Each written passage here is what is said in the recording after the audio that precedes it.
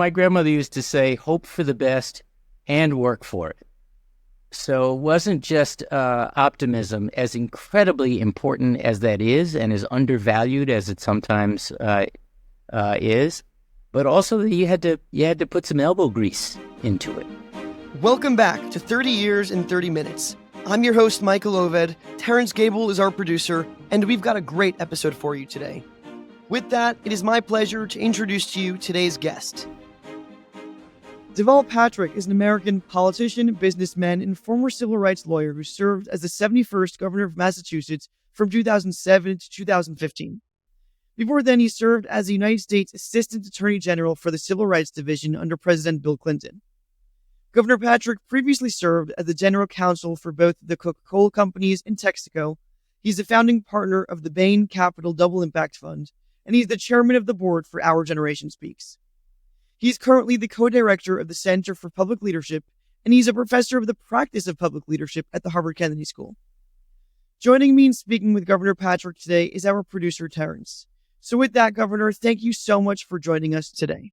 Thank you, Michael. Gosh, you make me sound exhausted. Just good to be with you. Governor, we are fortunate enough to have with us today one of the most influential and respected governors in America. How did you become interested in politics and public service? Wow. You start right in, don't you? I am interested in civic life. I would say I came to that and have stuck with that before and longer than my interest in politics. I do believe in community in the way I was raised to understand community back on the south side of Chicago, where we were all broke, not poor. My grandmother would say, never describe yourself as poor, but as broke, because poor is permanent and broke is not. But we looked after each other. Every child was under the jurisdiction of every adult on the block. You messed up down the street in front of Ms. Jones, she'd go upside your head as if you were hers and then call home. So you got it 2 times. And I think that sense that, we had a stake in each other, that we were responsible for each other is really where my sense of what politics ought to be is about, and where I felt I could contribute. Governor, you briefly touched on your upbringing, the south side of Chicago. What would you say to, there are many individuals who see success as very difficult based on their socio-economic situation, their upbringing. How did you overcome the difficulties of that? And what advice would you give to someone in a similar situation like that now? Well, there's some practical differences between now and then. I do think that economic mobility is a huge challenge all over the country in every kind of community. I had strokes of good fortune and faith and grit and determination and ambition that were a part of my upbringing and a part of the lessons I got from the people around me. I don't think any of that is in any less supply today. But it was also true that, we had well-prepared teachers in our public schools on the South Side. We had teachers who remained in my life until the end of theirs. They were that impactful.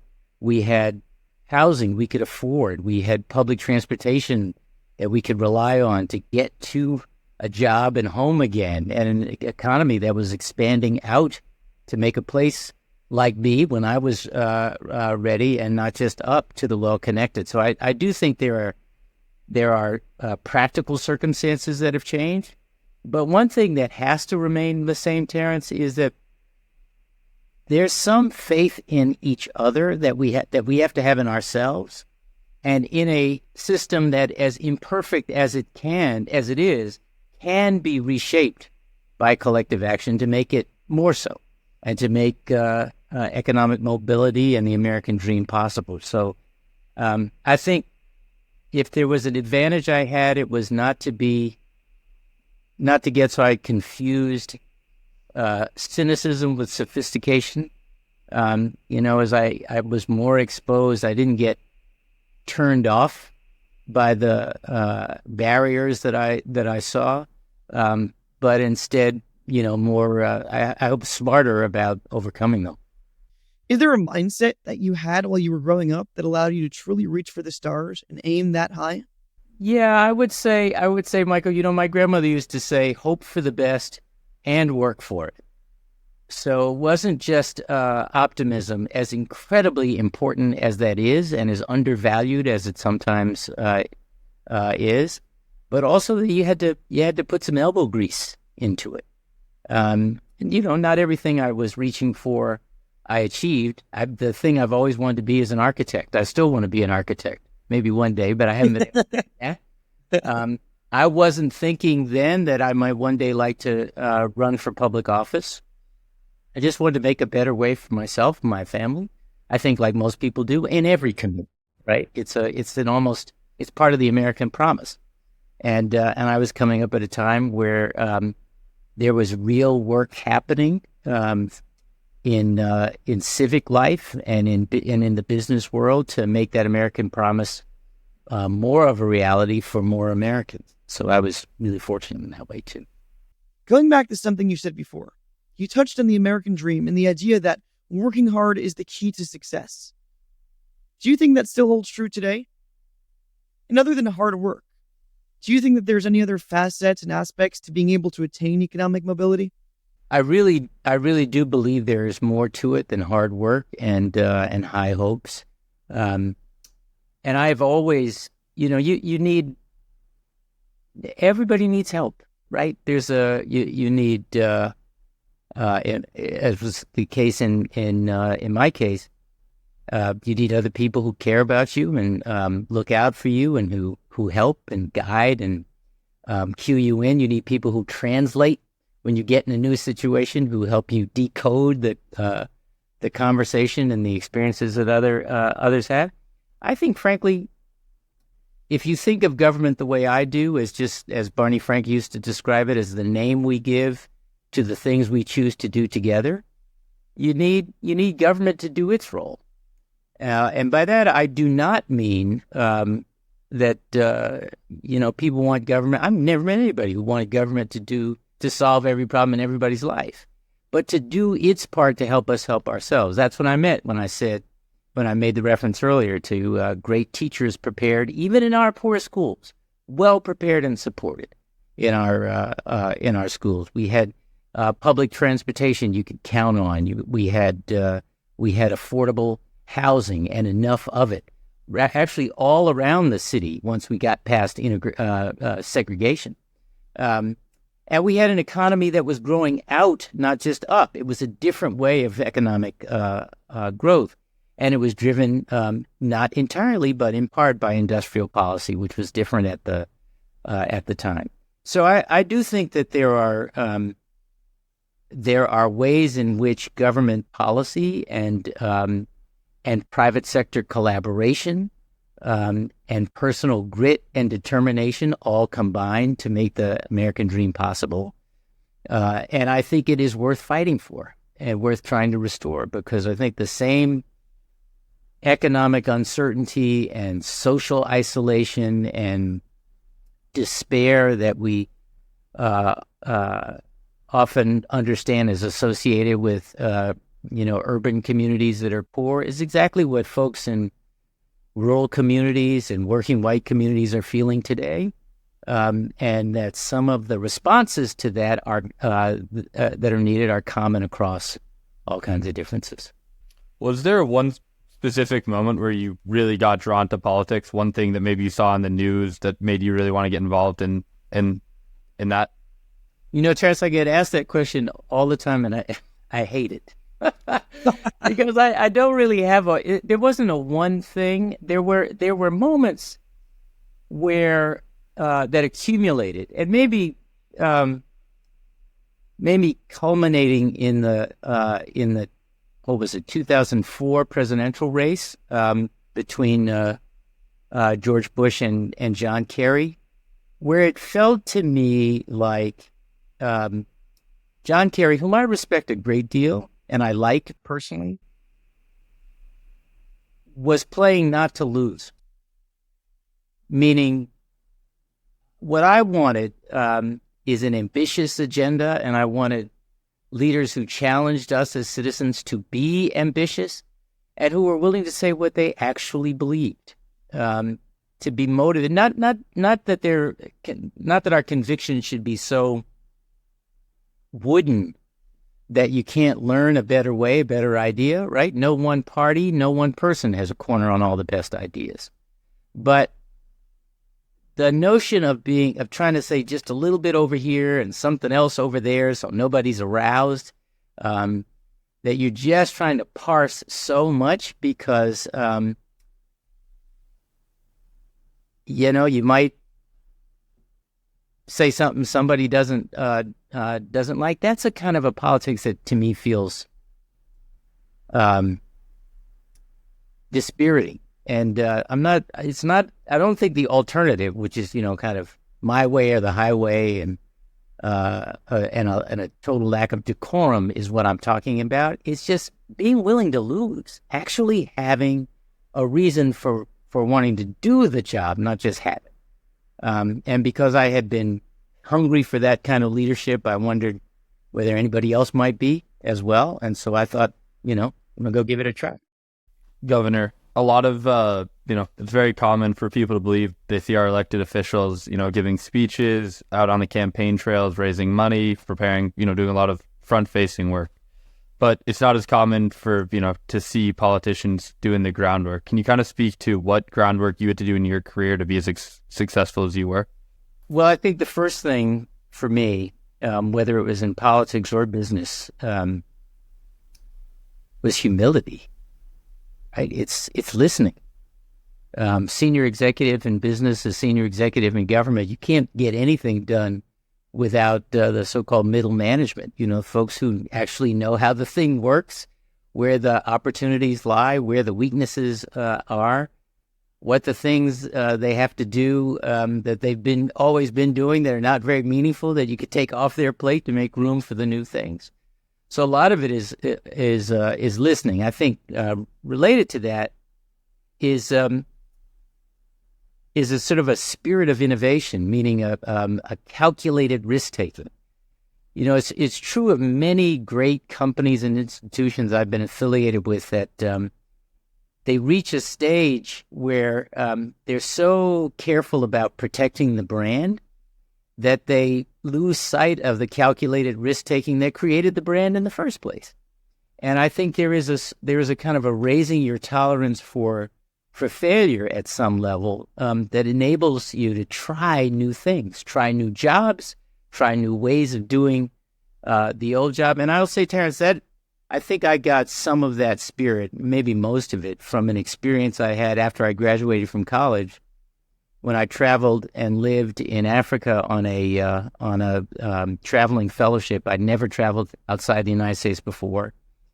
And the only requirement of the fellowship was that you spend a year in a non-Western culture. And I wanted to go to Africa. I wrote to everybody I knew who knew somebody in Africa, and I got one response from one guy in Khartoum, Sudan, who said, "I'm not sure what you do, but I'm working here on this UN project. Come and we'll sort it out when you get here." So I got a backpack, filled it up, got a passport and a visa and all my shots and all that, and got to Cairo, and then hitchhiked from Cairo to Khartoum over about 1,100 miles and found my way to this guy's office and learned when I got there that he had left the week before for 2 years in Long Beach, California, and said nothing to his office about my coming or what I was going to do. And basically, to get rid of me, they sent me to Darfur, which was another 600 miles across the desert. At the time, no phone service, no mail service, no way to communicate. If my children tried this, I'd kill them. But I figured it out, right? I learned the language. I learned how to do the job. I learned how to entertain myself and feed myself and house myself. And I think when you figure out that you can figure it out, it's incredibly empowering as a life lesson. And it's one of the reasons why I feel so strongly that we should be trying to put ourselves, we who want to be leaders, we who just want to have meaningful careers, should be taking calculated chances and putting ourselves in uncomfortable positions and humbling ourselves and learning from people around us. And that just has, I think, enriched so much of what has actually happened in my own life and career, but also how I think about the range of things I'd like to try to do. Would you recommend people take a career in politics? And if so, what challenges would you tell them to expect to face? Wow. Would I recommend it? Well, first of all, we need good people in politics, right? I mean, if politics is still the place and the way where, collective differences get resolved and smoothed out, if you still believe, as I do, in the miracle of democratic self-governance, then yes, I would encourage good people to get into politics, but to get in for the right reason. Get in to do these jobs, not just to have them. And I think that the hazards today, maybe if it was always true, Terrence, that you had to balance substance and performance art, today it feels like it's almost all performance art, and substance has taken very much a back seat, and I worry about that. I think I was slow to get the performance art part of the job because it felt like it trivialized the substance, but I had figured out how to get it into some balance. But I don't think the substance matters at all anymore, and that is deeply worrisome to the success of public life. I think the other thing to beware of is false choices, right? And maybe this aligns with the point about performance art. You don't have to hate a member of the other party to be a member in good standing of your own.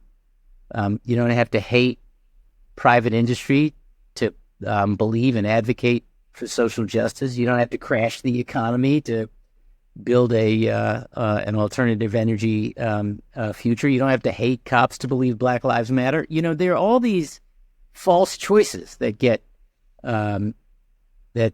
marketed in politics today, and we need good people, yes, but we need good people who break out of those false choices and then help us understand and to make the right choices instead. How did you do that? How did you break out of that traditional mold? Well, I don't think it's not a tradition that goes back very far, Michael. It hasn't always been the case. There's always been a version of it, but it feels today that that's an awful lot of what we get in politics. I don't know the answer, which is part of the reason I'm not in politics right now. But I do think there's I think when someone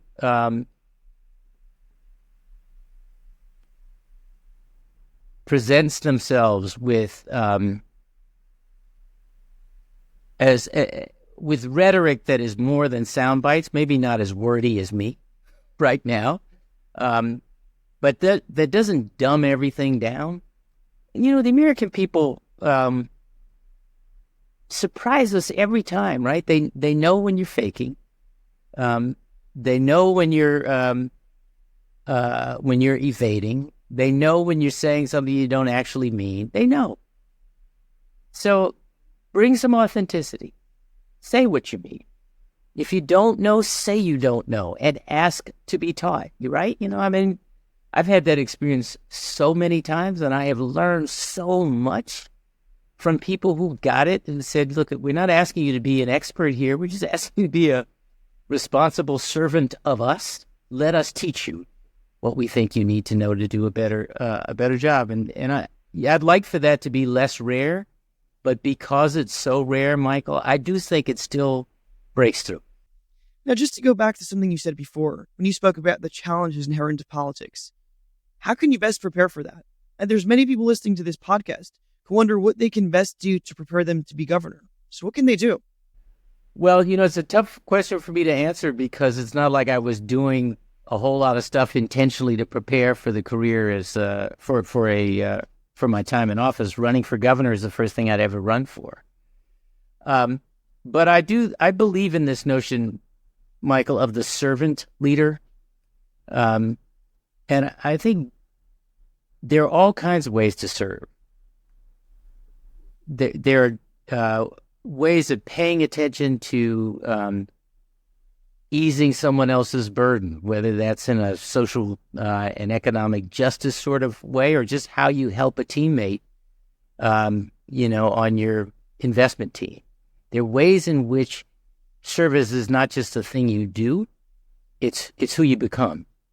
And I think preparing for that and understanding why you want to serve is maybe more important preparation than a lot of the veteran pals will acknowledge, because when the sharp elbows of politics come out and you're being called everything but a child of God, having a real grounding in what you believe is a way to remind yourself why you're putting up with all of that. Just to dig a bit deeper into that notion, I'm sure there are skills that you developed over time that helped you to be as successful as you inevitably were. What skills can one develop to allow them to see success like you did in government? I think the mindset is, like I said, is more important than many veteran politicians will acknowledge. I think alongside that, persuasion. It's one of the things you get in law school, right? You get to you get training in how to listen for what's relevant, not respond to stuff that is extraneous and on the outside. Really trying to master the opposing argument as a way of preparing your own and strengthening your own. I think that's enormously important, and it was valuable for me. I mentioned humility as a value, but also there's a skill set in that, which is, not to be provoked by everything everybody says just because you haven't thought of it or said it yourself. I wouldn't encourage people to go put themselves in the way of bullies, but there is an awful lot of bully-style leadership in politics today. You've had experience with dealing with bullies, with with all that inbound. That's preparation. And I will say that I had a lot of that experience both growing up and doing civil rights work. So it's not that it doesn't get under my skin, but it's like a lot of it I've heard before. So in that sense, there was preparation. Is that the sort of thing you're getting at? Yes, it is. But I really want listeners and viewers to take away an action item. What can they do now to develop the skills that they need to succeed in politics? Go live life, go try to expose yourself to the variety of life out there, because that is what politics is or ought to be about, right? It's how do you bridge those differences and get solutions? And if you haven't exposed yourself to differences, it's a lot harder to be able to do that.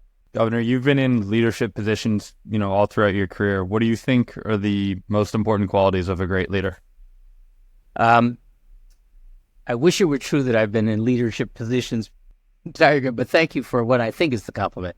I think humility, this point about acknowledging what you do and what you don't know, and curiosity is related to that, actually trying to learn and letting others display the grace of teaching me, I think is incredibly important. I think it's important to balance confidence and humility. So I can't emphasize that enough. And I think calculated risk-taking is important too. Again, if you want to make the most of your time in those leadership positions rather than just keeping the seat warm. Kind of building off that, if you could boil your entire career down to the most important lesson you learned and saw come up through your career, what would that be? Jeez, why do you keep asking me questions like that, Terrence? I think it's about trying new things that stretch your body of knowledge and experience, things that introduce you to people and places you haven't known or that you thought you knew. The things that teach you that just as you don't fit in a box, don't treat other people like they do, because they don't either. This is the last question we're going to do before the rapid fire questions. And it hinges on the premise that politics can be quite daunting. And so given that, what is the first step that someone ought to take right now to get involved in politics and ultimately become governor? Well, for me, I'm a proud Democrat, but I'm not of a Democratic machine or anything like that. In fact, I think the dynamic in Massachusetts is less Democrat-Republican than it is inside or outside. Increasingly, I think that's the case all over the country. So for me, getting involved was working at the grassroots. It was talking to people, listening to people, listening for those kind of consensus points in different places and in different communities, so that when we started to get some traction in the campaign and notice from the media or from other campaigns and candidates, and the name calling started, I'd met enough people, so they gave me a little bit of the benefit of the doubt, just a beat to be able to explain what that comment was about or to respond to it. So I think there's a lot to like about working in community, working as an organizer, working on a campaign, working in service. So you get to know the people you want to represent and what they actually need from you as their representative before you start to study the institution. Governor, I've been giving you the hardball questions all so far, so I'll start the rapid fire with an easy one here. What book would you recommend to everyone listening? Wow. There are a lot of them. I think you can give a few. If you've read the Manchester biographies of Winston Churchill, they're amazing. They're absolutely brilliant, beautiful. And he was extraordinary. Almost anything written by Doris Kearns Goodwin, but particularly her book about Lincoln. Those are a couple I love. I also love to read Mark Twain. So Huck Finn and Life on the Mississippi have some just terrific rhetorical flourishes. And Governor, what was your biggest regret? Ooh, you don't have time. That's a whole other podcast. My biggest regret, I think you talking about in politics or in life? In life. My biggest regret are two occasions, actually, where there was loss in the life of people who were important to me that I did not make time to acknowledge and pay attention to. And I still carry those around. What was, kind of building off that, what was your lowest moment while you were in office? My wife has dealt with depression for much of her adult life. And in the early days when the sharp knives were out and we were making amateur mistakes that were turned into much more than they deserved, he went into a deep depression and ended up in the hospital. And it was tough because, she was a brilliant but a reluctant first lady and is much, much more private. And here I had dragged her into this assignment. I remember sitting with her in the hospital and saying, you were proud I won, but you were hoping I would lose. And she said, how did you know? So, yeah, that was pretty tough. Do you have a morning routine that sets you up throughout the day? No, not really. I get up pretty early. I try to have a little quiet time and every other day some exercise, but I'm not as routine about any of that, except the getting up early part, as I should be. What would you consider your best career move? Best? Well, I would say that, we don't have term limits in Massachusetts. After 2 terms, I have a term limit named Diane, who said 2 terms and that's it. And I think jobs like that you really should walk away from while you remember, as they say, how to open your own door. And the last question is, what is a quote that you live by? Well, there are 2. My grandmother's, which was hope for the best and work for it, which I mentioned earlier. And there's another that's attributed, I think, to Louis Pasteur, which was about education, which he said was learning to listen to anything without losing your temper or your self-confidence. Governor, you are amazing. This was an absolute pleasure to sit down with you and hear your perspective on life, on your career in politics, and your career in business. Thank you again for joining us today. Thank you for listening to 30 Years in 30 Minutes. Don't forget to like and subscribe, and let us know in the comments if there's anyone else you want to hear from.